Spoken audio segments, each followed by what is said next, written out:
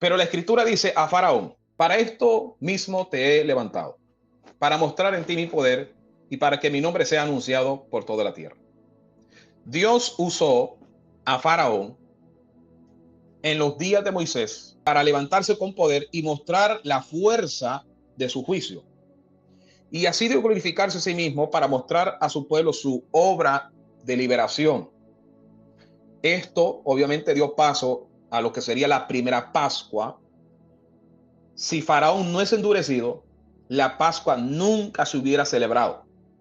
La sangre de un cordero nunca hubiera sido derramada y por ende no pudiera el pacto antiguo apuntar al pacto nuevo. Por eso Dios endureció el corazón de Faraón. Un faraón, por cierto, ya era un faraón que estaba endurecido antes de que Dios le hablara a Moisés. Ya desde el capítulo 1 de Éxodo vemos a Faraón endurecido al querer la muerte de todos los niños varones israelitas. Un faraón con un corazón lleno de homicidio y celos. Y viene Dios y endurece aún más el corazón de este rey ya torcido, obviamente, para llevar a cabo su plan de liberación con los israelitas y celebrar la Pascua primera, la primera Pascua. Y esto mismo pasó con Israel. Por eso Pablo usa el ejemplo de Faraón, para decirle a los judíos que a ellos también Dios ha endurecido hasta cierto punto para llevar el plan de la redención. Romanos 11:8 dice: como está escrito, Dios les dio espíritu de estupor, ojos con que no vean y oídos con que no oigan hasta el día de hoy. O sea, Israel como un todo, no cada israelita, pero sino Israel como la nación entera, fue endurecido para llevar a cabo el plan de crucifixión y resurrección. Así como Faraón fue endurecido, también Israel fue endurecido. Si ser endurecido es sinónimo de ser reprobado, entonces de gusto estaría Pablo diciendo: yo desearía ser anatema, maldito, separado de Cristo por amor a esa gente a quien Dios no quiere salvar. O sea, tenemos entonces un Pablo siendo más compasivo que Dios mismo. Pero ser endurecido no significa ser reprobado. Faraón no se perdió porque Dios no lo quiso salvar, sino porque ya era un pagano. Faraón era un pagano. Y así los israelitas que fueron endurecidos no se perdieron porque fueron endurecidos, porque ser endurecido no significa ser reprobado, sino porque antes de ser endurecidos ya había rechazado la voz de Dios.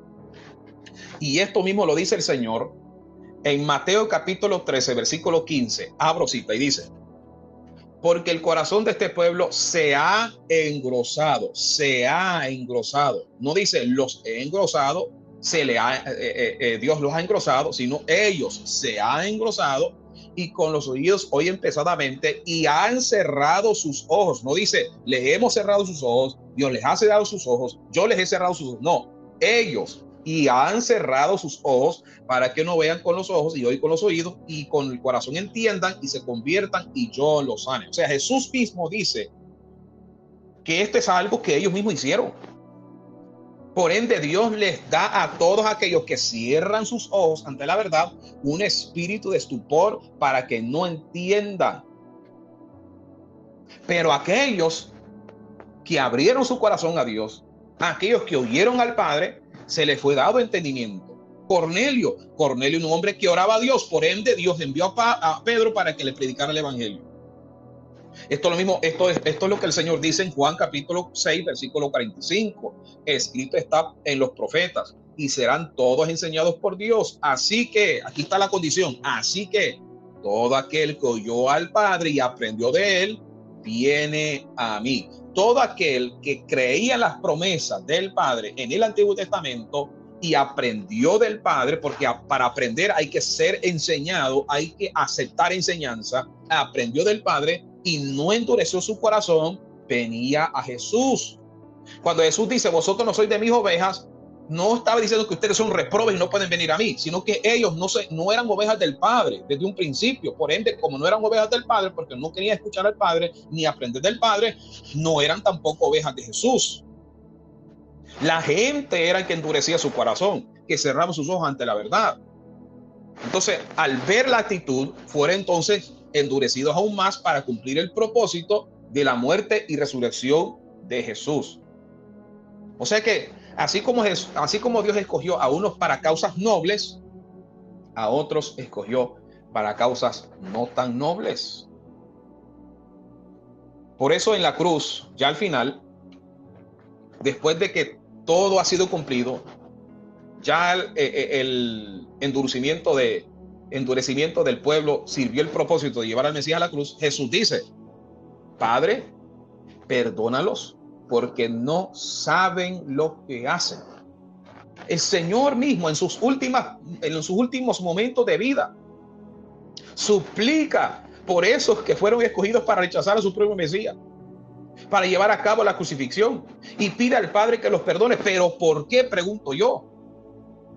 ¿No que son reprobos? ¿No que Dios a quien endurece lo endurece y según eso significa ser reprobado? Según el camino significa ser condenado. ¿Por qué pide Jesús al Padre que los perdone? ¿Sabe por qué? Porque toda esa elección tenía que ver con la promesa.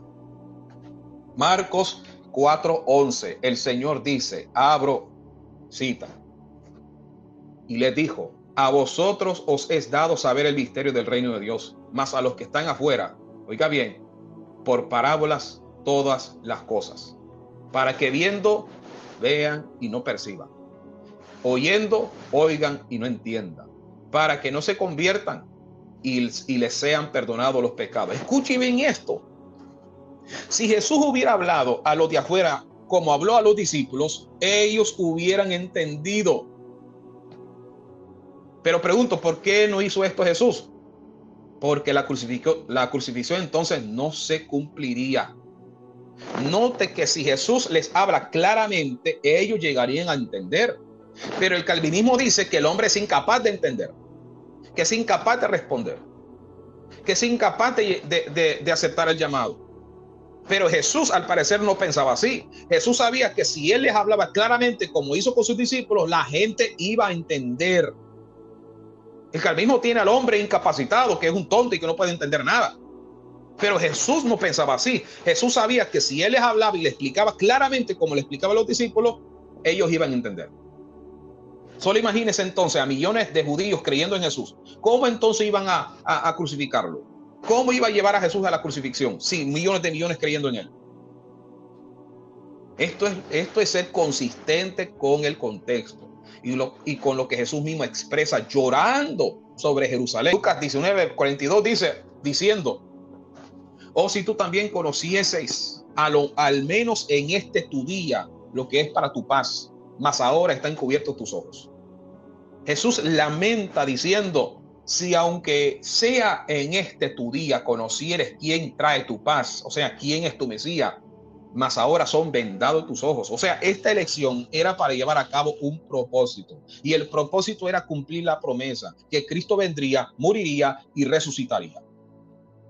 Por esto Pablo usa la elección de Faraón y cómo fue endurecido para llevar a cabo la liberación de Israel. Y note que Faraón fue elegido, o sea que si a eso nos vamos, Faraón es uno de los electos. Pero nadie va a pensar que esa elección tiene que ver con la salvación, ¿verdad? No, claro que no. Porque Dios no es injusto, hermano. Si Faraón hubiera sido como José, digamos, no lo hubiera Dios endurecido porque no hubiera necesidad de hacerlo, ya que un faraón así pues no hubiera tenido problema ninguno al dejar ir al pueblo y dejarlo salir de Egipto. Pero la liberación con mano poderosa no se hubiera cumplido.